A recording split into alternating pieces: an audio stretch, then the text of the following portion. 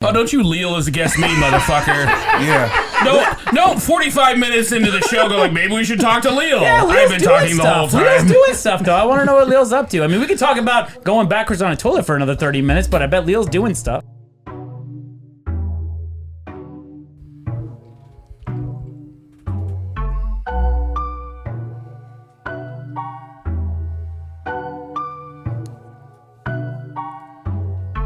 Chef Dyke Michael's making food, and he's making comedy too. Thaddeus J. McKee is co-hosting with the guy I mentioned previously.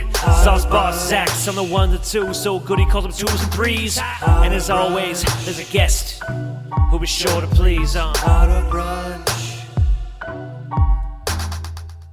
Hi, and welcome to the Harder Brunch Podcast. I'm your host, Dyke Michaels, and with me, as always, my co-host, Thaddeus J. McKee. Slappy Pappy Wham Wham. On the 1s and 2s, the Wheels of Steel, the Sauce Boss of Indianapolis, and the Last Woke Dragon. Give it up for Zach Rohn.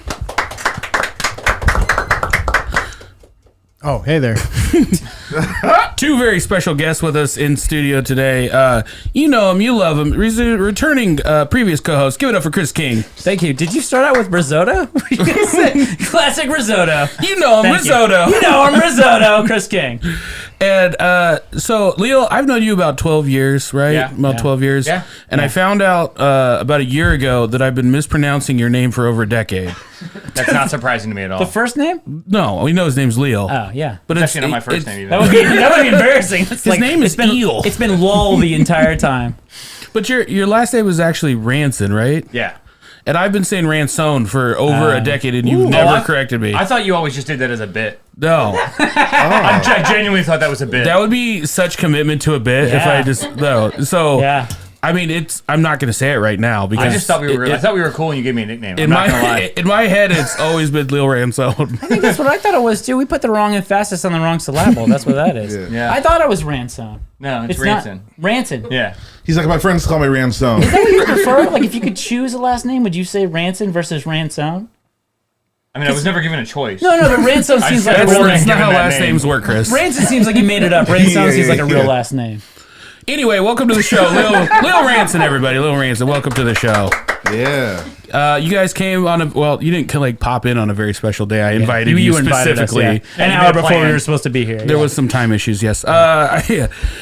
So this was a reunion of sorts of McNiven's, Yeah. and we've talked about it over the years on Harder Brunch. Yeah. That Chris and I both worked at McNiven's, but we had a bunch of the people. I don't know how many jobs people still hang out with and look forward to getting together with a group of people they worked with over a decade ago. I have one, and it's this one. Yeah. You spoiled the ending, man. Why would you bury his lead? That's where he was going, clearly. It's my first time. It's going to be your last. So anyway, I worked at O'Charlie's, and those people were great. Real friends. Second tier as you guys. And so we actually have the studio full of people. Everyone's in here watching right now. So it's been a very fun day, and I was trying to think of, because we all worked at McNiven's, a Scottish restaurant. Yeah. And so my first idea was to make Scottish food. And then I was like, do we want to do that? Nobody wants to eat Nobody wants to eat haggis when it's 90 degrees outside. So then my the second idea, and I thought more people were watching. Everyone that I know is asking me if I'm watching the show The Bear. Yeah. And because it's really popular right now. It's kind of like when I opened the food truck, everybody's like, "Have you ever seen the movie Chef?" And everybody wanted to ask me. So everyone's asking me about The Bear, which is about the restaurant industry. And it's been so hyped up. One, every plot point was spoiled for me. Yeah. Two, I've seen no spoilers yet, so don't. okay, ruin I'm anything for not gonna. I like spoilers. No, I'm not gonna spoil Why? it. Why would you need to do that on this show? Like, well, we have to spoil The Bear for Leal. No. How would that be important for the show? I'm going to talk about a little bit about the show. I won't spoil any major plot points. But the thing that made me think about doing it was because I saw them eating family meal together, and it just reminded me of McNiven's, and like, I mean, our family meals were usually over a trash can in the back, Yeah, you know. that's right. But like, Sundays were legit family meals, though. No. I'm going to stop you right there, Leal. For you, they were family meals because I remember Leal for a little bit. I don't know if you recall, but you were my manager for a while, and I remember as the manager, Leal's favorite meal was the shrimp and pasta. What was it was a shrimp Alfredo. Shrimp Alfredo. First of all, it was shrimp scampi. Yeah, there we go. And I didn't make it at all like what the menu was. I would go back there and make it myself. That's right. Because the menu version was garbage. So the rumor was always that you managed just because you got a free meal. Is that true, Leal? Do you think that was... percentage-wise, do you think it was like 80% like 20, shrimp scampi? 20-80. Management shrimp scampi. Yeah. Every time I remember like being there and for like a good hour, it was like, where's Leal? Eating. I mean, I've definitely gone into I've definitely gone into work before just to eat. You know, like I've definitely been like, I don't want to work today, but I would like to eat food. So that was the benefit. I'm not mad at you, Lil. I mean, I would eat during, before, after. I've never actually been managed by someone with pasta in their mouth, but you did. No one could have done it better than Leal. You know, I'm gonna it say takes that right a certain amount of a plum. You know. So the bear. So I started watching the show and I was just like, the overall thing is the guy comes to take over his brother's restaurant that's failing, and spoilers. It's I don't have a brother. I don't know where we're going with this. That's the show, Leal. He's spoiling the show for you. It's not. Now he gets it. It's just like if you read the back of it and we were selling it, like a trailer would show you. What would you read the back of the VHS? Yes, I'm old. You were in the back of the Bear VHS when you went to Blockbuster to rent it. It was spoiled for you anyway. Chris, shut the fuck up. You're right. Jesus Christ. Forgot how difficult this was. All right, so anyway, the bear. So I made food from the bear, and that's what we ate today. Yeah. Yes. What do we have? So exactly. So Are we going to make Chris guess? no, Chris knows what we want. Less Chris talking on the mic, so we're not trying to advocate for more. Can we slide this over to Zach for a second? Zach, please tell us about the first course. I started out with the spaghetti pomodoro. I chose it because it was the easy one. It was just spaghetti and tomato sauce. It was a big old bowl of spaghetti. It was really good. Sunday gravy. Have you ever heard the phrase Sunday gravy? Yeah. In reference to spaghetti? Zach never had. I thought you were saying something dirty. And it didn't sound like a food thing. Can I get some more of your Sunday gravy, please? Yeah, I said no. And then so we also did the Italian beef. Yeah. And then on the show, one of the characters is working on a Coca-Cola braised short rib with risotto. And then another one of the characters is working on like a chocolate orange cake. So all stuff directly from the show. We ate all those things. We did. Delicious, yeah. Yeah. Very, very good. And they were all pretty straightforward. If you didn't know what they were, I'd be worried. Did you know what they were, Leo? Yeah, I knew. Yeah, Leo got it. Were you Lots of basil in the pasta. It was really good. that was good. Was it the beers from the show as well? Oh, yeah. Nice. So also keeping in theme of Chicago, we had the old style and then the Daisy Cutter. So, and then From Half Acre, yeah. Yeah. So wanted to go blue collar and then wanted to go a little bit craft. And then Thad bursting out, not bursting out, sorry. Wow. Busting out. You are busting out of that jacket. Well, thank you. Busted out this reminds me of the SNL sketch. The Bears. The Bears. Yeah, That's exactly why I wore this. That's great. It's a Bears jacket. Yeah. Is that like the 80s Bears? It's the 80s Bears where they're winning. Nice. Not now when they're losing. Nope. Is that going to be, that's going to be, I don't remember how the video cuts go, but in the video, they'll see his jacket. So when you said it's a Bears thing, it'll be embarrassing. But on the podcast, like audibly, they're not going to be embarrassed for you. What are you talking about? Well, because you said, because he literally just explained the jacket. No, so because you said, it is it a Chicago Bears jacket? It took a while. But audibly, this is taking so much longer. You're right. No, Leal's right. This is what it was like to be managed by Leal, but imagine more pasta while he's talking. It's just like that. You're the pasta man right now. You're lealing me to death over here, man. Oh my God, that's true. No one knows what that means. So wait. I love a podcast that's inside jokes. So you That's what managed every podcast needs. Sorry for interrupting. It's your Manage is show. a loose term. I was given the keys, and Stu didn't like Chris, so I could tell him what to do. Wait, That was the manager of McNiven's. Yeah. It was a common theme amongst the McNiven staff. Okay. Not liking Chris. Not liking Chris. Time out. So Chris wasn't in charge at all? No. And he talked like this? Yes. Yes. Yeah, he always is like this. And he never got fired there. I actually did get fired. Everybody shut up. I was fired multiple times, actually. Twice? Is it 2 or 3? 3 times, actually. 3 times, yeah. So you can say... So hold on, can we go real- through them in chronological order? Because this is a McNiven's podcast, and I really just want to do this real quick. Yeah, go To ahead. embarrass Chris. So the first time you got fired. The first time was definitely the main time, which was the I don't need your backstory firing. That was when I was fired. That was when he told an old man at the bar who asked for a cocktail. Oh, you're right. Go ahead. Sorry. Yeah, he's right. The person asked for the cocktail. I was bartending with him this night. Yeah. And he tried to explain to him the kind of cocktail that he wanted. He said, it's a Mai Tai. I don't need the backstory. Yeah, I just want to know what the fucking drink is. I don't think I used the... Yeah, I did. You did. Yeah, you did. Which led to a very angry email. Yeah. And Kris got fired. Well, what happened was it was the dude's father-in-law, and then a guy. It was a wedding party. And I don't need the backstory. And then later, exactly. And then later, the guy on his honeymoon was like, second day of his honeymoon, like, you know what? Honeymoons are great. But you know what I really need to do during my honeymoon? Write to Stu, the owner of McNiven's, about that fucking guy who didn't need my backstory. That was the first firing. Yeah. And then the second one was really you ruined someone's honeymoon, Yeah, Kris. that's not You good. ruined someone's Listen, I gotta tell you, if me giving bad McNiven service ruins a honeymoon, the wedding ruined the honeymoon. That's what that is. Well, people want to have a good experience. Yeah. What's the second one? The second two were really just scheduling situations. Like, for a while, I had, like, you know, another job, and then You just didn't show up. I just didn't. Actually, that is what happened. I just didn't show up, and then I was told, hey, maybe don't come in here. It's not like a half-day situation. We're going to need you to go ahead and come on in. The full day. Yeah, the full day. And That's a fancy way to say negligence. The last of it was really just working, like, the Sundays, and then I think that was the COVID times. And, like, hey, we need to give money to people that actually work here. And you don't.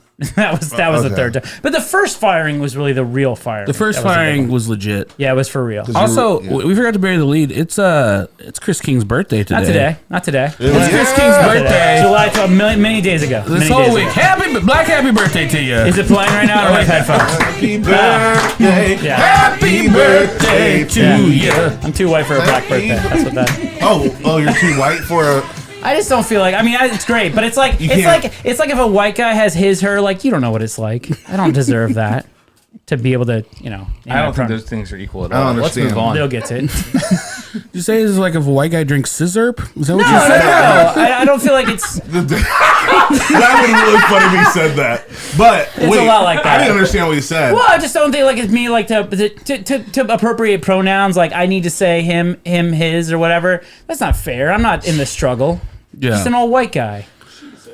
Right. Well, it makes it worse without that. Are you saying you can use up all the pronouns? No, I'm and saying then, like, nobody else gets them? Like, really if you wish- use them, then, like, You know, I some don't know- poor person can't have them I don't know somewhere why, else? but everything I'm saying seems worse when there's no headphones. I think that's a lot of it. I'm gonna blame it on that. I wouldn't blame the headphones. The calls are coming from inside the house. So basically what we're saying, if you will, for Kris to keep his job, it was a real bear. Hit that boo Hit that button. boo button. That's a Yeah, boo. that was that. that was terrible. But I do appreciate that you taking away from my embarrassment by creating your own. That's what I do. That's Kris. Very nice of you. You're a good host. So let me tell you how I woke up yesterday morning. I was in a sound asleep. Yeah. And I woke up to Thad screaming through my door. Okay. Dyke, wake up! Dyke, wake up! I think you fell asleep on your phone, or the Harder Brunch account has gotten hacked. All right. To be fair, I woke up by this zzz, zzz, zzz, and there's tons of posts. Hold on. I don't give that part of the story yet because I want you to hear my experience first. Okay. I didn't have this information. Yeah. I woke It's up like a run, Lola, run situation. I've been woken up like one other time like that, and it was on 9/11. Oh wow. That was the Oh, last that's not time I funny. got woke up. We're under attack. You and Thad lived together at 9/11? No, but that was the last time someone woke me up. It's like that's a long You relationship. think I'm always waking them up? That was like that's amazing. He's You guys throughout have a history. relationship He's like, together. God, the Hindenburg. God, I fucked that up. Man, wah. Does that Wow. button? Do you have that button for Wow. that joke? That was terrible. That was I wish we bad. could edit that out, but The I know joke for a fact wasn't we bad. It can't. was strictly the delivery. I like the how you joke thought was about gonna it be for a long solid. time during the talking. Yeah. That's how you know if the joke's funny. So he wakes me. He's like, Dyke, wake up. And so I wake up. First of all, I'm naked. So I'm just like, Why? I'm like, Why? I just Why? Why not? I just, yeah. Are you naked when you sleep, Leo? Sometimes. Okay, well, I'm the asshole then. Okay, go ahead. So So your dick's out. So I mean, out. Yeah, it's not in. Attached to you. Yeah, it's where it always is. He has an outie. He does have an outie. I don't know. I can't prove this. You call this dick an outie? Well- Does that mean you have an innie? That's not what ennies are. That's not what ennies are. So, bypass that. So I'm just like picking up, I'm throwing my pillows, I'm stripping the 'cause sheets, your I'm dick's looking out. at this phone. Right. And I'm like, where am I laying on it? I strip everything off of my bed. There's no phone. So you in the bed are naked at this point. I'm digging under the. I'm also kind of concerned that is so worried that he's just going to come bursting in my room and I'm just going to be naked, like tossing sheets. Yeah. So now I'm just trying to like wiggle some pants on real quick. And I'm just thinking, whatever bad thing's happening, I'm imagining that every second I don't find my phone, another hack is coming through. Like I don't know what's happening. Yeah. But in my head, what happened was somehow I like rolled over on my phone and I'm just like sending porn out under the Harder Brunch account to people. That's what you go to. Yeah, because the way he was scared about it was just like, you're doing it again, we're Dak. actively being canceled right now. So I'm just like, okay. And then he's like, no. He's like, it's fine. He goes, your phone's out here. It was Zach. And I was like, what did you do? What do you mean it was Zach? So I'm trying to post on the account and it freezes. And so I hit the fucking button like 30 or 40 times. Yeah. And then it closes out. And I open it up and apparently it posted every single one of those times.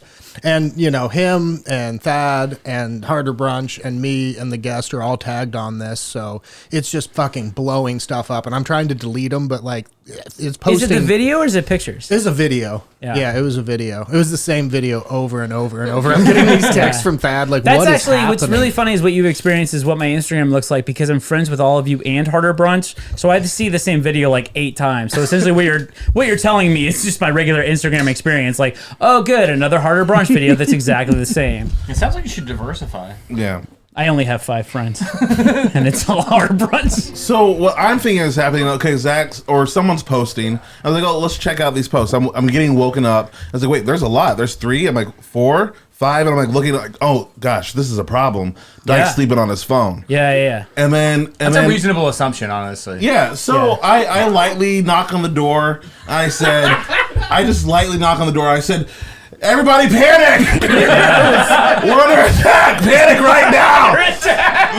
And that's what I said. And I was like, because I was scared. Like, this is like everything we built up is now getting crashing down. He lightly knocked on the door like they gave a gentle massage to Rodney King. Yes. Jesus Good Christ. Yeah. I'm really glad the audience Chris is like, you say they beat him up. Yeah. Well, anyways, I didn't know what you were offended at that point. But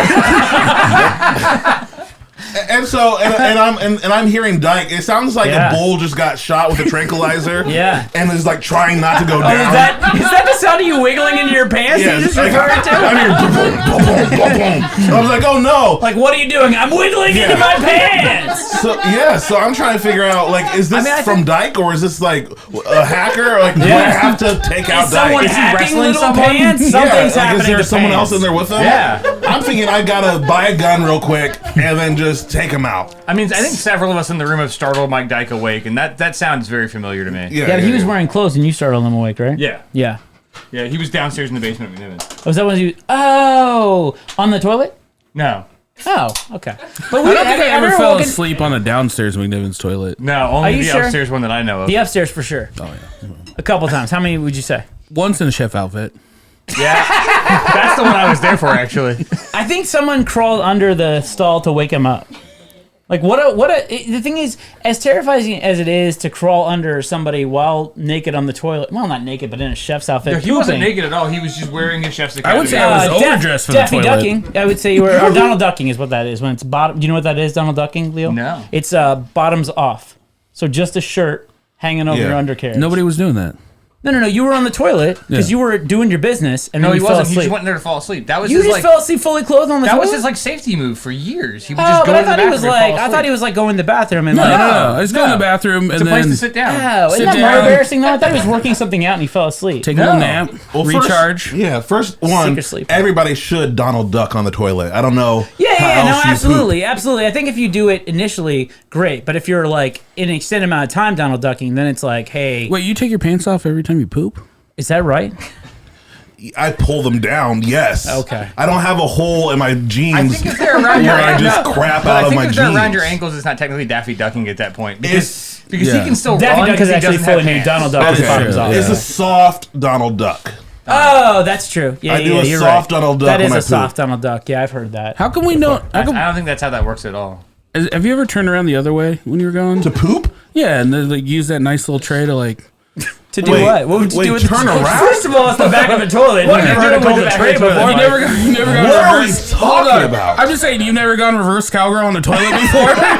What do you call? I love that he cow. called the back of the toilet a tray. What are you putting on this tray? Like, oh, like a nice little charcuterie on the back of my tray. That's the toilet, So sir. you're saying the toilet's here, and I instead of turning around like this, Yeah, you spin Yeah. it around. I just jump on. Yeah. Like this. Dyke wants something to hug. No, you don't need to put your feet Just up hold on like to a it. weirdo. Don't make it weird. Don't be I just- ridiculous. and If you're gonna two- be backwards on a toilet, don't be silly. Honestly, everybody reverse cowgirls on a toilet.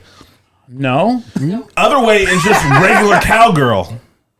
Yep. That's Thank right. you. Yeah, you're. Am I right? Yeah. we Yeah, all you're always right. now? I'm so Facing confused. away from the toilet.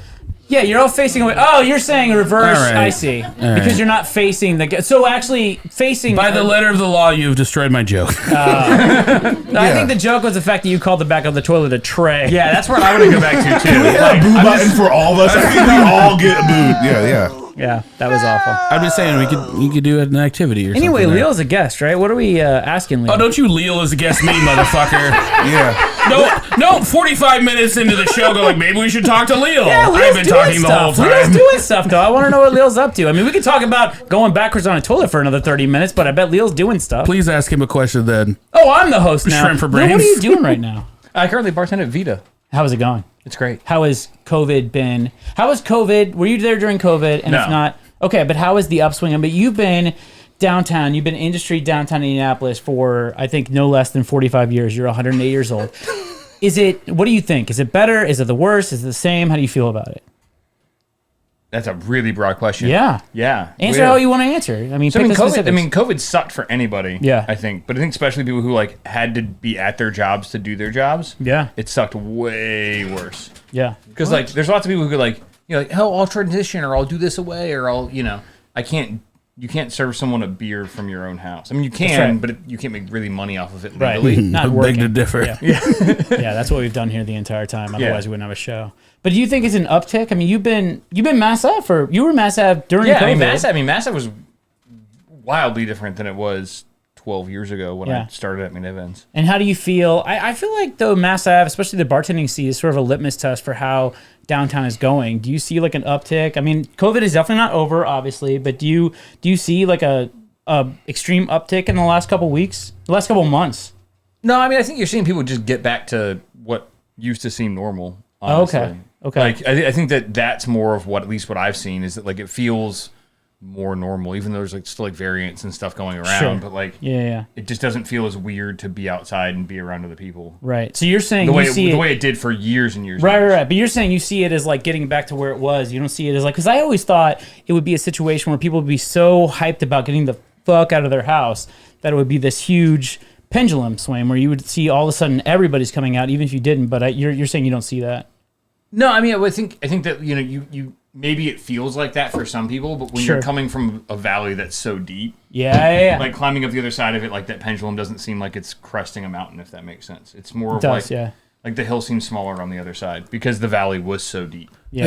Have you guys noticed that like lunch isn't a thing anymore? Yeah, Oh, that's a great question, Like we've yeah. all worked like in places like McNiven's used to have, a genuine lunch craft. Yeah. Like you can make good That's money a like great working comment, lunch. yeah. and I don't see that anymore. I don't know where people are going, or like I think people are doing more like quick pickups. I don't know if it's because Yeah. of Or the lunch delivery. hour, or delivery. I don't know if it's because the lunch hour shrank. Well, people or- aren't working downtown anymore. I mean, I think that's done a lot to downtown. Like, I work from home. Yeah. So I don't, I mean, and I think like all of Salesforce, those guys all work from home. And that's a huge crowd of people that used to do lunches downtown. Well, it's one of those things where it's like every drop in a bucket, you know what I mean? So it's like, yeah, if only 10-15% of people aren't working downtown anymore, it's like, yeah, but like those are drops in the bucket that all add up to the bucket. I mean, 50% decrease in your crowd on lunch, that's a big chunk of money. I mean, especially with the razor thin dividends. Like, I mean, even 15%, like you turn upside down for Yeah. a month on a 15% decrease, like Yeah. you're upside down forever. are you guys are open for lunch Vita, no. Yeah. Oh, that's amazing. Yeah, that's the best. No, yeah, I work at a super high-end place that does tasting menu stuff. We're open 5 to 10 Tuesday through Saturday. Yeah. It's awesome. I've got Just Sunday. eat hot dogs for lunch. Real quick, we did kind of jump over it, but would you explain to the audience kind of like your restaurant history background? Yeah. I kind of fell backwards into this when I was a teenager in college. I got a food running gig at one of the hotels downtown and became a server at 19, became a bartender at 21. Left the hotels for a little bit, went back to the hotels downtown, left them to go to McNiven's, did that for 2 years. My wife and I moved to South Carolina. She's been on the podcast before, Heather. Heather Storm, shout out. Fantastic. Yeah. So we moved to South Carolina for 2 years, moved back, worked at McNiven's for 2 more years, and then worked up and down the avenue since then. Moved into management, went through the pandemic in management. It was awful. And then now I'm back to just bartending, which is nice. That's amazing. Would you say that you've done every position in the front of the house? Yes. And many in the back of the house? Yeah. Have you done back at the house? You ever done back at the house before? Yeah. What did you do back at the house? So I've line cooked before. When I ran a pizza place in South Carolina, I could run every pizza position. Yeah. And some of the back it's like some of like the fry and like stovetop positions. When I was at Condado, I could run the line. I was a fry cook at the JW for like. You ran the line in Condado? Yeah. Is that intense? That seemed pretty intense. It's a assembly line basically, more or less. It's all gorditas, right? That's not a word that exists outside of Taco Bell. Yeah, but that's what I'm saying. Like, I know they don't call them gorditas, but aren't they What really... is a gordita to you? I'm very curious. It's a thick taco. Like, the breading is not just regular taco crust. It's like a thicker bread taco. Isn't all of... I genuinely don't know what a gordita is. I just told you. Isn't that what it is, though? I have no idea. I'm just curious what you thought it was. There, but I'm saying, based on my definition, would you say that it's mostly gorditas at Condito? Okay, give me a percentage of gorditas based on my definition. You're saying zero breaded tacos. Yes, but isn't it like the stuffed taco situation? Don't you guys have the regular taco? It's like a double surrounded by a tortilla. It's like a double layer taco. That's a gordita. Like a soft outside of a hard. That's a gordita. I don't think that's what a gordita is. That's absolutely a gordita. I really don't think so. We will. I mean, I'm not going to be here for the second half. We'll adjourn this to later. Yeah, but if it were, let's say that is a gordita. For argument's sake, how many gorditas do you think? How many gorditas do you think it is? Like 80%, 70%? It's like asking me how many widgets there are. No, but by definition, it's the tortilla with a hard shell inside. Let's define that as a gordita for argument's sake. How many of those do you think you do in reference to like regular tacos? 80-20, 90-10? At Condado specifically. That's right. Probably 75. Yeah, so it's gorditas. Guys, we're going to take a quick commercial break. Thank God. And we'll be back to answer those burning questions about gorditas. Is it a gordita or not? I don't know. I don't know what happened today. We'll be right back. Gen Z can't stop raving about the Harder Brunch Patreon. Patreon.com/Harder Brunch slaps. No cap, the Harder Brunch Podcast is bussin' on God. Move over, Boomer. Gen Z's here to talk to you about the Harder Brunch Patreon. Harder Brunch Podcast on Patreon, $3 a month, low-key a steal. The Harder Brunch Podcast deadass has me bricked up every day. Listen to these all totally real testimonials. No, I'm getting paid to do this, don't worry. Yeah. No, you think I do this for free? No. The Harder Brunch Podcast deadass slaps. Sound younger! The Harder Brunch Podcast deadass slaps. Just go to patreon.com/Harder Brunch. The Patreon After Brunch podcast hits different. That shit makes you feel shit.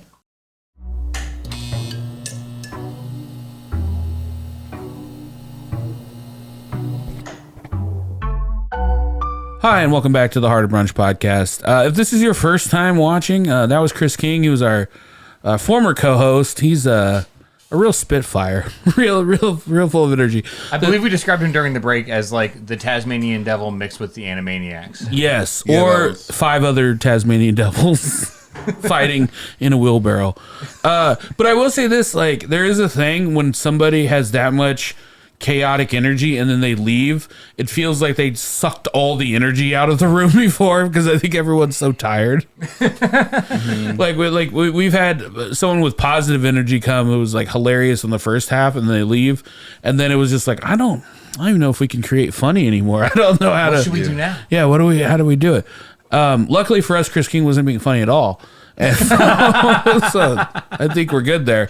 We are joined by Jake Johnson. Hello. Welcome back to the show. Jake, you've been on the show many times on this and the After Brunch. Yes. Yeah. Happy to be back. Happy to have alliteration in my name. I am Jake Johnson, Kris King. You know. Oh, yes. Yeah. Okay. I thought that's why you asked me to be here. I feel like you should have gone first, just alphabetically speaking. That's what I was thinking. But again, Kris King, Tasmanian Vacuum. We only want Leal to sit next to comic book characters. That's what I like. Ah. Yeah, it was like Clark Kent, you, Kris King, Lois Lane. Wait, am I Lois Lane or? I thought we were doing comic book names. I just don't know who's an MM. I was struggling in the moment. I didn't prepare for that. MM? Because when JKL, Lois Lane, I just I didn't wasn't. have an No, MM. it wasn't alphabetically. Oh, I thought we were doing that. I thought that's what we were doing too. Just hit the boo button. Hey, let's get Kris King back there. I never thought I'd say this, but Kris King, please help us. No. When you describe Kris King getting fired from the same place 3 times, it's almost like lore. That's like restaurant lore in some kind of way. But that's what McNiven's was, I think. Like it is like one of the most unprecedented places I've ever worked. So much in my entire life. wild stuff happened, and it's funny because I kind of thought everyone had seen The Bear, but it's also one of those things where it's like there's kind of like a few responses. There's people like haven't watched it all. There's people that have watched it and are like traumatized. Like I've heard a lot of people, like restaurant people, be like, it literally like brought up trauma. Like there's a whole episode where it's like a 20-minute episode, and half of it is just the restaurant being in the weeds. Yeah. And like you feel it. You feel the anxiety of the whole thing. It's just people screaming at each other. But like I also didn't watch that. Like I don't know. Like I guess I can kind of compartmentalize the two. Where I was just like, yeah. Like I always say, like one. Like I remember when Saving Private Ryan came out. I was trying to tell my grandpa about it, who served in World War II, and I was like, Grandpa, you should watch this movie. It's about World War II. He's like, why would I want to watch that? See, I feel like that's why, like, so when I told you that I hadn't watched it yet, like, Heather and I plan on watching it.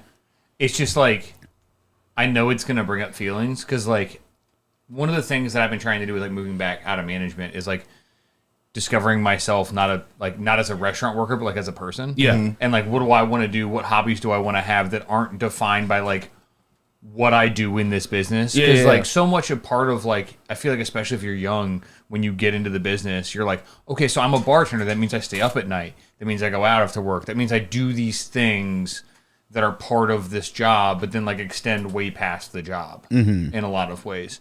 And so I feel like there's gonna be like a lot of stuff in The Bear where like Heather and I, we got to watch it together. Like I got to be in the right headspace for it, because like 100%. It's like I don't know that I'm ready for like some like trauma things that I'm gonna like that I know that I have in me that I've like lived through and like worked through, kind of, but not really. And like to have like that, it's I know it's gonna come out of me when I watch it. For me, I will say it got hyped up so much to me that it was like I did think about that, because I don't have a lot of free time to watch TV, and when I do, I'm like I just want to be entertained for this hour. Right. I don't want to, like, there's certain things like you can't just on a whim watch Schindler's List. You know what I mean? Like there's like certain things that you have to be like in the right frame of mind to, like, you know, this is not like, hey, it's a Tuesday, let's watch Requiem for a Dream. How do you prepare for Schindler's List, by the way? Anyway, Saving Private Ryan, then Schindler's List. Gotcha. I just think I think you actually should do it the other way. I think chronologically first, and then you climb the mountain. You know what I mean? Yeah. Tom Hanks. There's a happy ending. You definitely want to end with Tom Hanks. That's the palate cleanser. You want the Leal cut. You want to watch it in the Leal order. It's got to end on a good note. No, 100%. What I was saying is, like, there's certain days when I'm like, do I have it in me to watch something heavy today? Yeah. And like, or do I just want to watch, like, you know, Fuckboy Island, one of my friends on? Well, that's the way I feel about The Bear. Is like I have a lot of friends of mine who've been like, you should watch The Bear, and they're the same friends of mine who were like, you should watch Bar Rescue, and I'm like, no, like that's like being a surgeon and going home and watching like people do surgery on TV. But like, I'm good. Like that's what I do every day. I don't need to watch that shit for fun when I get home. There's not a lot of cops listening to Crime Junkie, probably. Exactly. And if there are, like, they probably have some deep-seated issues. Yeah, I don't know. Let's call our cop. We have a new line. Wait, I was gonna say, do we have one on the line? Yeah, we have a new segment where we just have a phone and we like pick up the cop. Hey, just have a walkie-talkie. Yeah, you could just Mike from the suburbs, because you know his name's Mike. Lot of mic cops. That's what I'm saying. Black and white. Officer Hollandaise, are you on the line? He's a brunch cop. No, I 100%. So I put it off because I was like, I'm not in the mood. And then doing this episode kind of forced me to like, all right, you got to watch it. Honestly, not as bad as it was all kind of like built up to be. Like I could kind of separate. I also watched it over a course of nights, so it wasn't like too heavy. But yeah, it's fine. I feel like for me, it was so built up that when I finally watched it, it was kind of like, yeah, that was, I mean, you know, they used a lot of vocabulary words. And like, that was the other thing too, was just like, man, this really shows you what it's like to work in a kitchen. And I'm like, it was probably closer than most shows that like take place. You know, they say behind and hands and, you know, like sharp. And like, I think, I'm so lost what you're saying right now. I think like it's the closest thing to what waiting the movie was for serving. Or like at least, you know, like corporate chain serving or whatever. Mm-hmm. But even then, like, it is lighthearted. Like, I wouldn't go into it thinking, like, I'm going to be, like, experiencing trauma or whatever. It does use, like, the necessary vocabulary. There's a lot of yelling. I mean, it's there is a lot of yelling and stuff. But I wasn't trying to say, like, a traumatic show. I was just trying to say, like, I think there are going to be things that I feel about at least 2 plot points that I'm aware of that are going to trigger things in me that because of being in the industry for, I mean, I started doing this when I was 18 years old. I'm 36. I've been doing this for 18 years. Like half your life. Half of your entire existence. Like my career is graduating high school this year, which is weird. What was your original, like, what was your degree in? So I got into this job before I got my degree, but so my degree is from Butler in political science. Oh, okay. What was the original plan? To go to law school. Oh. Yeah. Okay. That's what I thought I was going to do for the longest time, honestly. I always find those things so interesting because, like, I feel like now I've kind of gone the other way. And one, to kind of circle back to what you're talking about, I read this entire article recently about, they have these goofy nicknames for everything these days, but there's a thing called soft quitting. Have you heard about that? No. And I was like, soft quitting, what is that? But it's basically like about exactly what you're talking about working your job and not doing the bare minimum, but finding that place between the bare minimum and what you were talking about of doing all the extras and putting all of your energy into it. And just like, how do I like show up, be good at my job, and then like kind of shelf the rest of it and then have like a full life outside of my job. Yeah. And like, that's kind of, it was interesting to hear you say it because I just read this article about it, but it's like, I think coming out of COVID, I think a lot of people are in that mindset. Like, I mean, I'll be completely honest. Like having the food truck and stuff, it like killed any part of me that like had aspirations of wanting to be a restaurateur. Yeah. And I realized like I love food, I love cooking, I love hospitality, but I don't necessarily want to like build a restaurant from the ground up. That's not what I want. And I went to school thinking it was. I spent years of my life thinking like, this is what I want to do. This is the person I want to be. And then realized like, oh no, I just like parts of this. Yeah. And I don't like the overall thing. And there are things that you can do outside of being a restaurateur. You know? Well, I think that's very, from my perspective, like I always thought I was either going to climb the corporate ladder and make a bunch of money in like restaurants or hotels because I was good at that. Yeah. You know what I mean? Or I was going to like go and like open my own thing and make it a thing. And what I realized during COVID, because I was forced for the first time since I was like really like 18 years old, like this is a true story actually. I love my wife for this. I got laid off from the hotel like on a Thursday, I think it was, Thursday or a Friday. I was working at the JW Marriott downtown, and they treated us very well. I will say this. They treated us incredibly well through COVID and the shutdown and everything. Like HR turned into like a how do you get unemployment benefits workshop. Like it was awesome. But so I was like, okay, I'm laid off. I'll file for unemployment for a week, but I got to go find another job. Like I got to go do this. And Heather, my wife, she was like, why? Like, you're supposed to stay home. Like, just stay home. And I was like, no, I can't do that. Like, we're going to run out of money. Like, we'll never be able to pay for the house. Like, how am I going to make this happen? Like, wait, I can't do that. Like, I got to go find a job. She's like, we're fine. And I'm like, no, wait. She sat down one day and she like went through and she was like, with what we had, without even really like touching like deep savings, like 401k stuff. Not that we have like a ton of money in that, but like there's money there. She's like, we can go 6 months on regular unemployment. And I was like, oh, okay, well, I guess I'll just sit still for a little bit. Yeah. And like wait for the world to come back around. And like in the process of that, like kind of changed my perspective because my whole life had been built around what I did for a living, because it had to be, because when you work in this business, a lot of times, like it defines you because your hours define you. Mm-hmm. You know, like you have to work at night, you have to work on weekends. People want you to go out on like a Sunday randomly, and you're like, I can't get rid of this shift. Like, there's no way around this. This is what I do.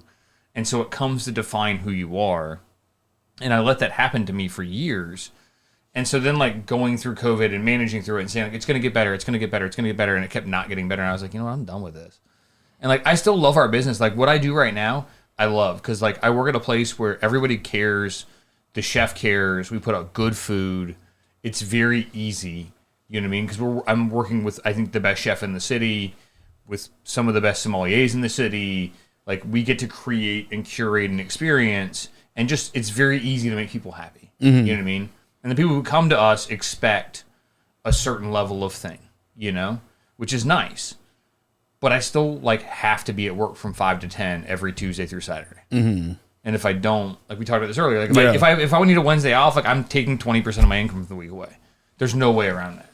And, like, I don't want to keep doing that because when I sat down and thought about it, I was like, I think I'm ready to, like, do something else and, like, not define myself through this lens where, like, that's the only thing that I can derive pleasure from. I mean, I think everyone that we've talked to on the show, from, like, even, like, Chef Alan Sternberg, you know, this is, like, have had these thoughts. And COVID, I feel like, just brought a big mirror up to, like, and, like, luckily for me, I feel like I kind of got this, like, 2 years earlier, where I had this, like, crisis of, like, what do I want to do? Like, what do I want to be?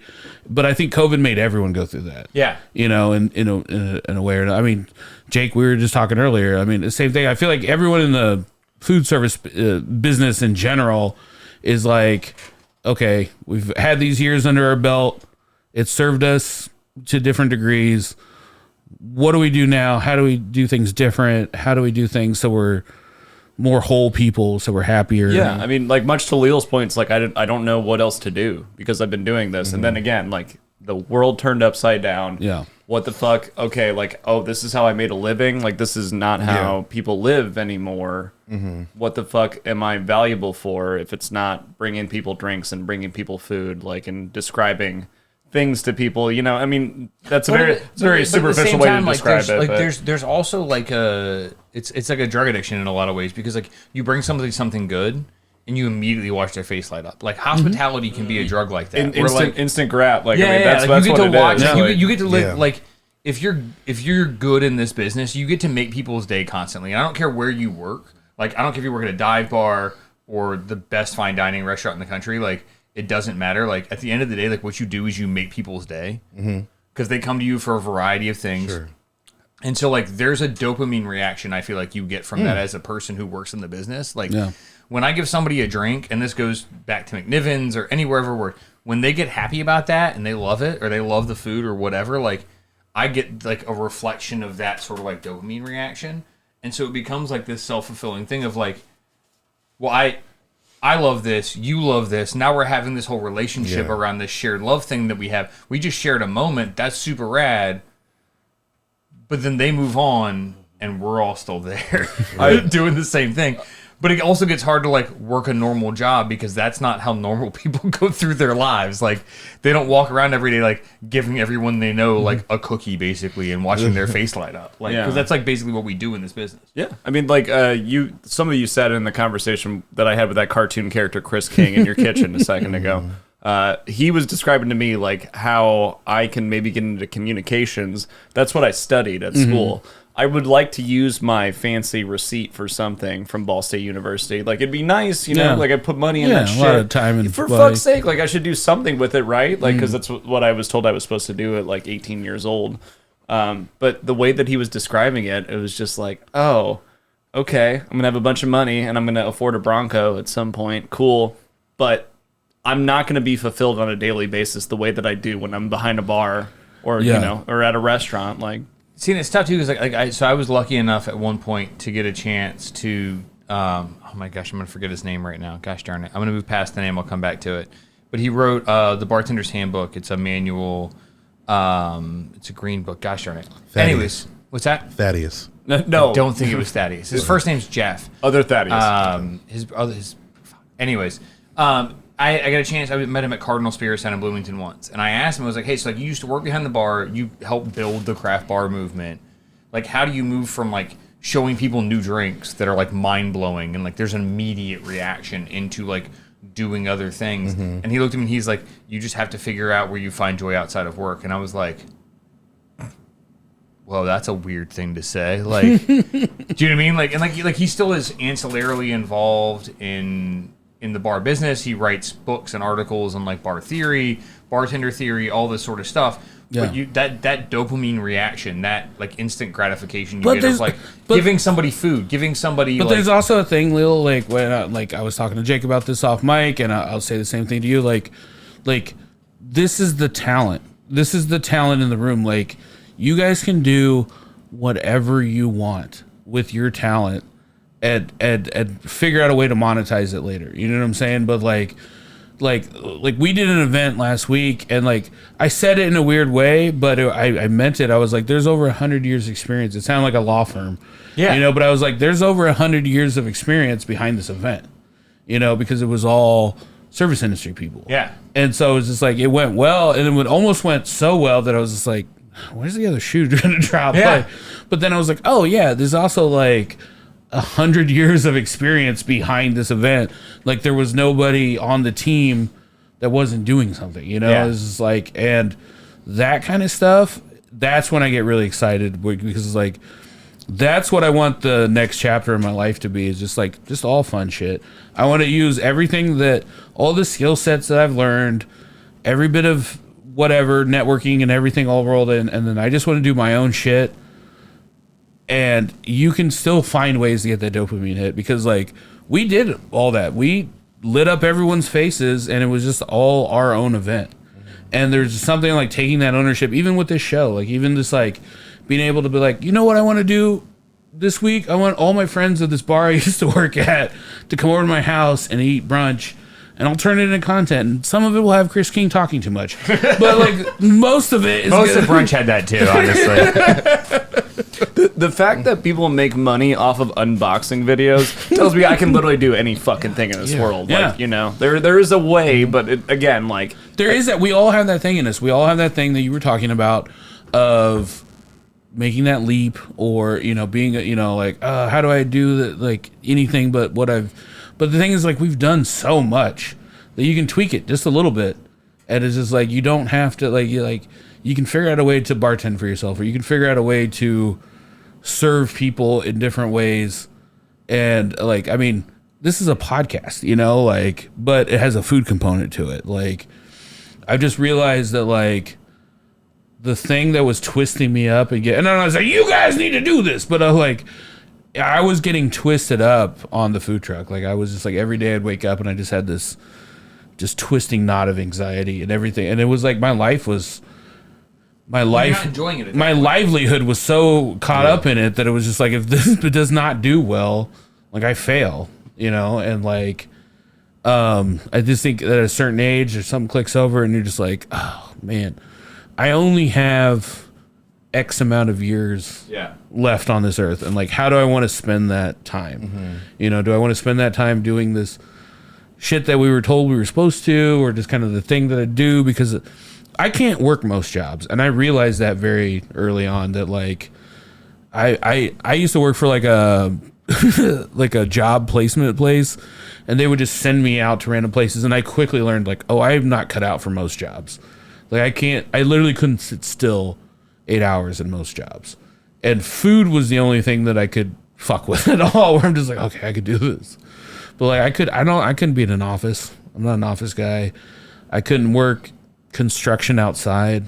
I mean, there's like, Thad's a teacher. I can't imagine fucking doing anything like that, you know? I don't. I just like sit there with my phone and stuff like that, like Instagram posts and stuff like that. Kids come up, they ask him questions, and you usually like. You just like Google it. You usually cuss at him. Well, We have the internet. You don't need me. Yeah, why am I even here? Yeah, it's like, hey, I'm guys, in daycare. listen, if you there's the internet, look it up. I don't know, like it's funny because like a lot of people did go through this pandemic. I've been thinking about that. Like a lot of people have gone through this, and they're like, you know, I could change my life, or you know, like maybe I should do this. And then some people just chose to keep being a piece of shit. You know what I'm saying? Some people were like, you know what? Nah, I'm gonna keep. You know, the line is drawn. Exactly. This is the person I am. You know, honestly, like I admire them for being so committed to the bit. You know, committed like, to the shit. Hey, they had a moment. They had like a world defining once every 3 generations moment, and they were like, you know what? I'm gonna still be a piece of shit. Right. Like for example, I don't want to use Kris King. I don't want to use him as an example, but like his green Bronco is an example. His green Bronco is an example. Yeah, he had a whole year to be like, you know what? I'm not gonna interrupt people. I'm not gonna come to people's houses and I'm not gonna turn my voice into a human dog whistle. Yes, I'm not gonna do that. I'm not gonna mess around. Anyway, whatever. I'm not gonna dig a hole. The Kris King hole. Now, if you want a shovel, I got 3, bro. but you know, and he. Hold on. I do want to stick up. This was not Kris King's fault. This was Zach's fault. Kris King. We all know what Kris King does. Kris King is a nuclear bomb, and Zach was like, I think we need more bombs on this episode. Yeah, he's rogue. He definitely kept like peeking his head around the corner, like, "Are you sure you want me to do the thing or whatever?" I mean, he kept the energy up in the first half. Yeah, and then completely ruined it for this serious industry talk that we just had. Yeah, that's not his fault that you guys are bombing the second half. Well, it does seem like we're about to go into kumbaya. Here's like, you guys will hold hands. No, but I mean, but people choose, like, still can choose what's normal and familiar to them. Yeah. And I think there is a catalyst in creatives or whatnot that pushes them past that. Like they needed a little sit down timeout period to recalculate, like what you had with like, your wife's like stay home and figure this out. Some people do that, and some people just stay the same. And Kris is obviously a great guy that did just buy a new car.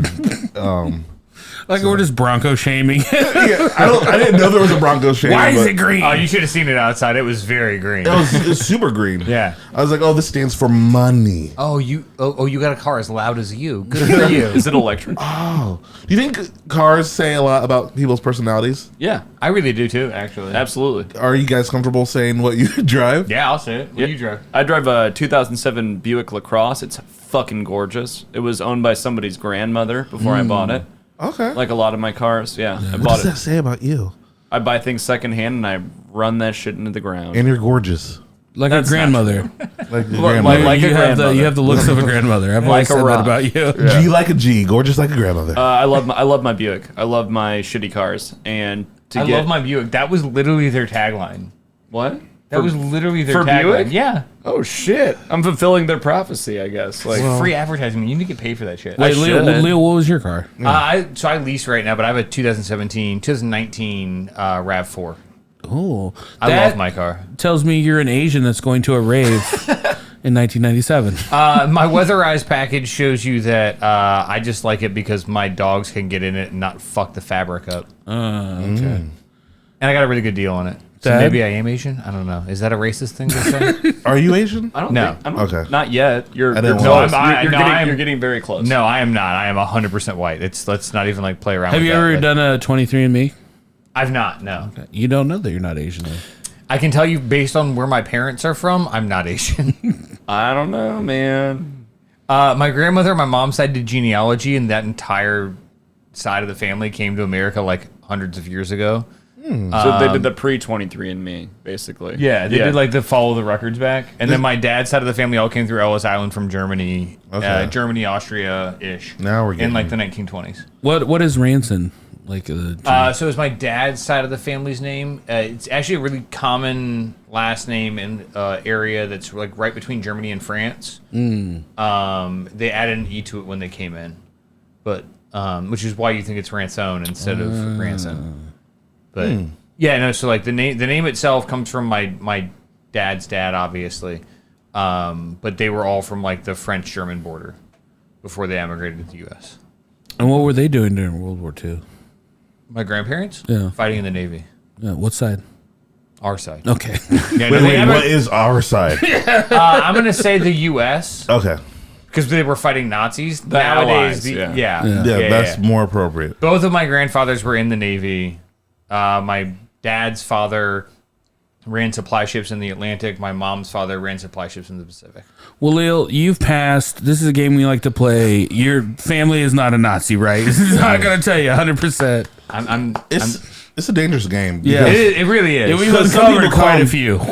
Right. Some people come. I've met people. They're like, oh yeah, my family fought for the Nazis. My dad was Hitler. Yeah. They came here. Then they start. Yeah. It was. Wait, did Hitler have kids? Hitler didn't have kids, did he? Several.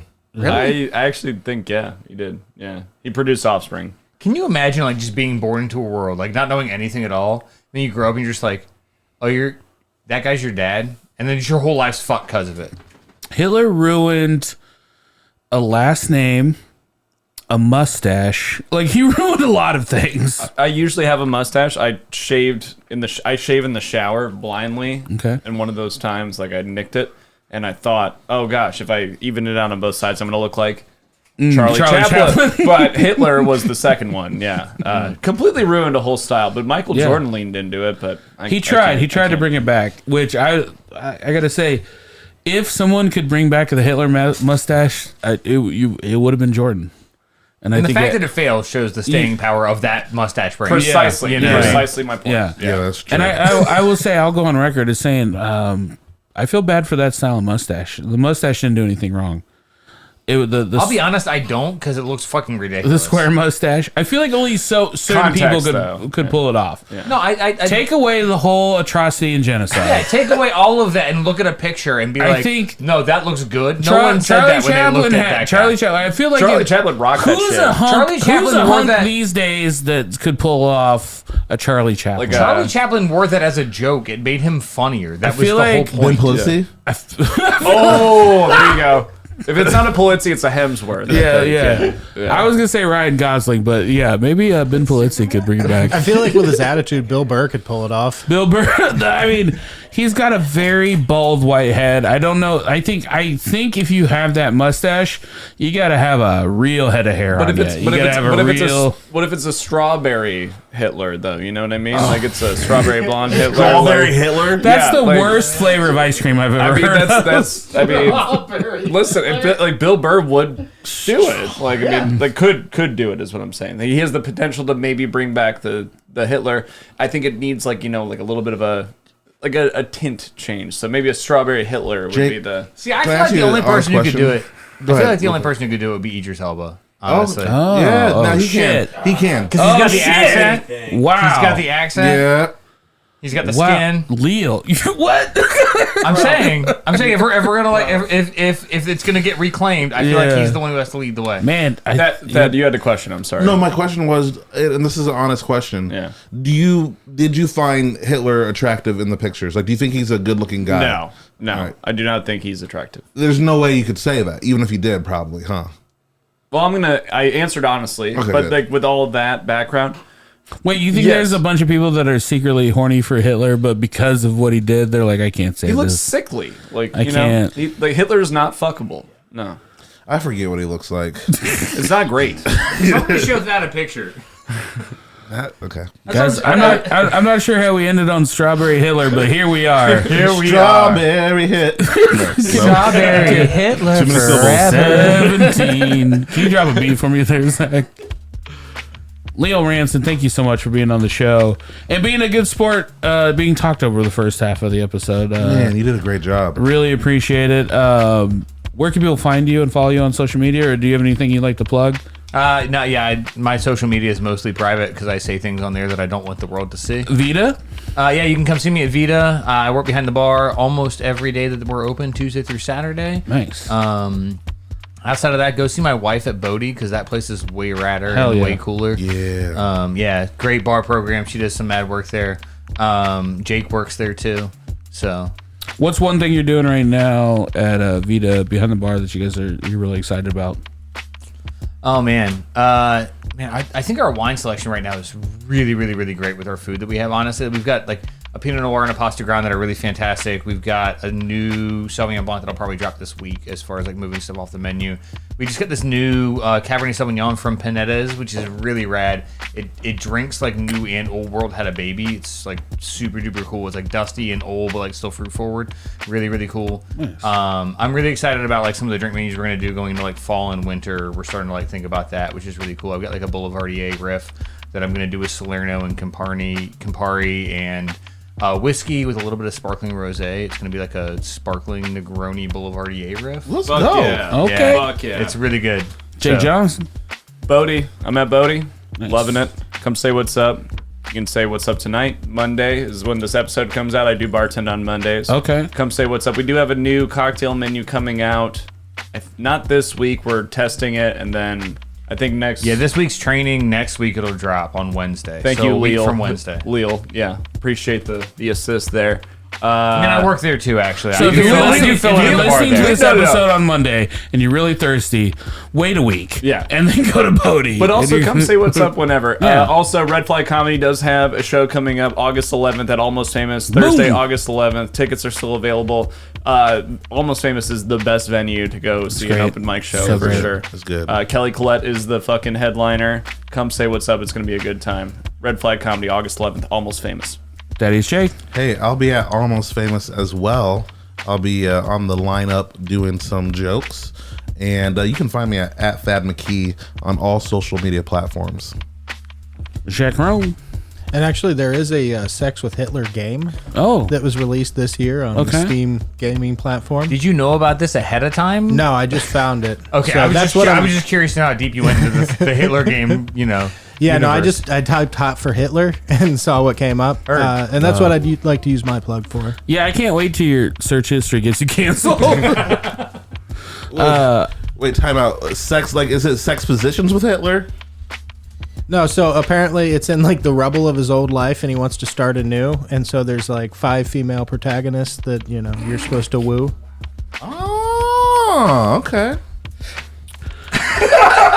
We got some new merch at harderbrunch.com. None of it is Hitler related, by the way. None of it. Not a one.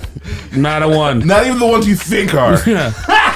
And if you listen to the first half of the show and you're like, man, I love Kris King, that guy's hilarious. Or if you listen to the first half of the show and you're like, I hope this guy dies.